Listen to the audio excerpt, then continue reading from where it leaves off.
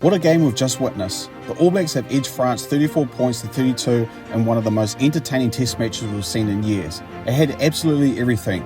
Early drama, brilliant tries, controversial moments, incredible individual performances, and a frenetic finish that had all of us sitting on the edge of our seats until the very last whistle. Things couldn't have started much worse for the All Blacks. Before the All Blacks had even settled into their contest, France had struck through Damien, who sliced through a huge gap after some slick French handling to score under almost no pressure. It was a perfect start for the visitors and an early reminder that even without some of the biggest stars, France remained one of the most dangerous attacking teams in the world. To make matters even worse, the TMO then stepped in to review Ruben Love's tackle on Max Spring. After several replays, the referee showed Love a yellow card for a high contact, leaving the All Blacks down 14 men only after a few minutes. Playing against France with a player in the sin bin is never ideal, and it looked like New Zealand could be in for a very long night. But if there's one thing the All Blacks side showed throughout this match, it's resilience. Instead of panicking, they immediately responded. Ardie Savea took a quick tap close to the line, the forwards punched through holes through the middle, and Damien McKenzie combined beautifully with Jordie Barrett before Will Jordan finished brilliantly in the corner. It was exactly the response the home crowd wanted, and despite missing the conversion, New Zealand had settled into the contest. France continued to apply some pressure through their kicking game and physical carries, forcing penalties that France converted to keep the scoreboard ticking over. Every time the French entered New Zealand territory, they looked composed, patient and dangerous. The ability to control possession through multiple phases made life extremely difficult for the All Blacks, particularly around the breakdown where France consistently slowed down New Zealand's attacking ball. Then came one of the moments that completely shifted the momentum.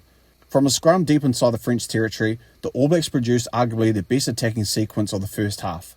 Cam Roigard accelerated through the middle before Caleb Clark drew the final defender and delivered a perfectly timed pass for Peter Lakai to score an untouched beneath the post. It wasn't just the finish that impressed, it was the speed of the attack and the confidence in which New Zealand moved the ball. That try showcased exactly what Dave Rennie wants his team to become. Even after that score, France refused to go away. Luku continued to push penalties, while Mofana and Goziata repeatedly carried through hard the middle, forcing the All Blacks into difficult defensive situations. New Zealand had opportunity to extend their lead, but also left points behind.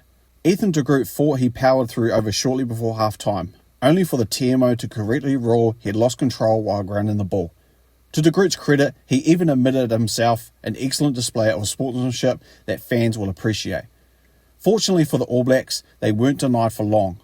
Right before half-time, Cam Roigard produced a piece of brilliance from closing range, selling the perfect dummy from the back of the ruck before strolling over an untouched beneath the posts.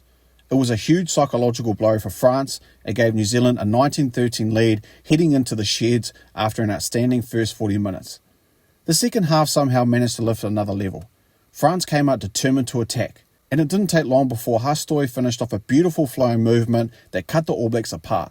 Suddenly France were back within 1 point, before Luku converted the visitors back ahead once again. Every mistake was being punished, and momentum continued swinging from one side to the other. Once again though, New Zealand found an answer. Quinn Tupaia created space down the left before Barrett released Roigard with a beautifully timed pass. Roigard did the rest, racing away for a second try of the evening and once again giving the All Blacks the lead. His performance throughout this match was outstanding.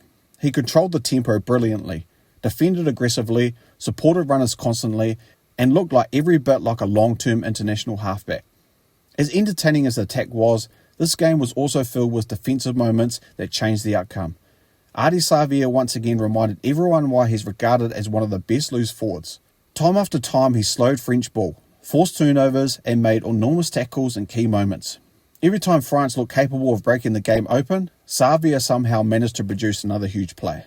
One of the biggest turning points came midway through the second half when France thought they had scored a magnificent try through Bordier after a clever attacking kick. The celebrations were short-lived. After another lengthy TMO review, officials ruled that Matt Spring had knocked the ball on forward while contesting with Ruben Love in the air before the attack had even begun. It was absolutely the correct decision, but it denied France what would have been a massive momentum swing. The French refused to let frustration affect them. Asti Gorby eventually crossed in the corner after another flowing attacking backline movement that stretched New Zealand's defence from touchline to touchline. Suddenly France had cut the gap to just a single point again, and the atmosphere inside One New Zealand Stadium quickly became incredibly tense. At that stage, the match generally could have gone either way.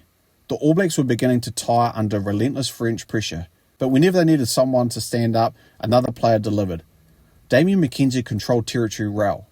Ruben Love looked increasingly comfortable despite the early yellow card, and the forwards continued producing crucial carries around the ruck. Then came perhaps the biggest moment of the entire match. Wallace Atiti produced a brilliant offload to Luke Jacobson, who somehow stayed alive right down the touchline before finding Will Jordan in support. Jordan still had plenty of work to do, but once he found the open space, there was never any doubt. He accelerated away to score what looked like the match-winning try, stretching New Zealand's advantage to 9 points. It was the classic All Blacks rugby: quick hands, brilliant support play, and clinical finishing. Most teams would have expected defeat by that point. France did the exact opposite. They launched one final assault on New Zealand's line, patiently building phase after phase without forcing unnecessary passes. Eventually, Jelly Bear found enough space to muscle his way over the multiple close-range carries had softened defences. Antoine Hastoy calmly converted, reducing the margin to just 2 points within barely any time remaining. The closing moments were frenetic. France somehow recovered the restart and threw everything at the All Blacks. Every carry felt like it could produce the winning score. The New Zealand defence bent repeatedly and somehow refused to break. Massive tackles from Ardie Savea, Luke Jacobson, and the front row kept France just short enough of the clock to finally expire. When the referee blew the full time, the relief around the stadium was obvious. Looking back on the performance, there will be plenty of positives for Dave Rennie. Cam Roygaard was outstanding and deserved serious player of the match consideration. Ardie Savea again led from the front with an inspirational captain's performance.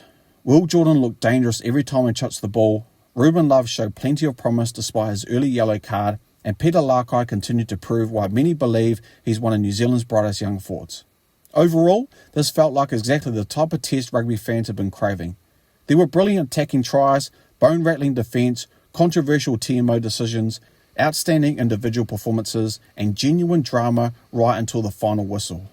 More importantly for New Zealand supporters, Dave's Rennie era begins with a hard-fought victory. Ever wanted to create your own Rugby Highlights channel just like this one? With my course, the YouTube Creator Toolkit, I show you exactly how I do it, from the tools I use to the templates I built.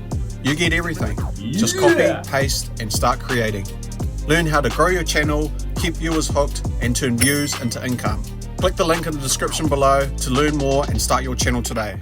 Now back to the video. If you enjoyed this match review, don't forget to like the video, subscribe to the channel for more rugby content every week, and share your thoughts in the comments below. Who was your player of the match, and what impressed you, what concerned you most about the All Blacks performance? Thanks for watching, guys, and I'll see you in the next one. Peace!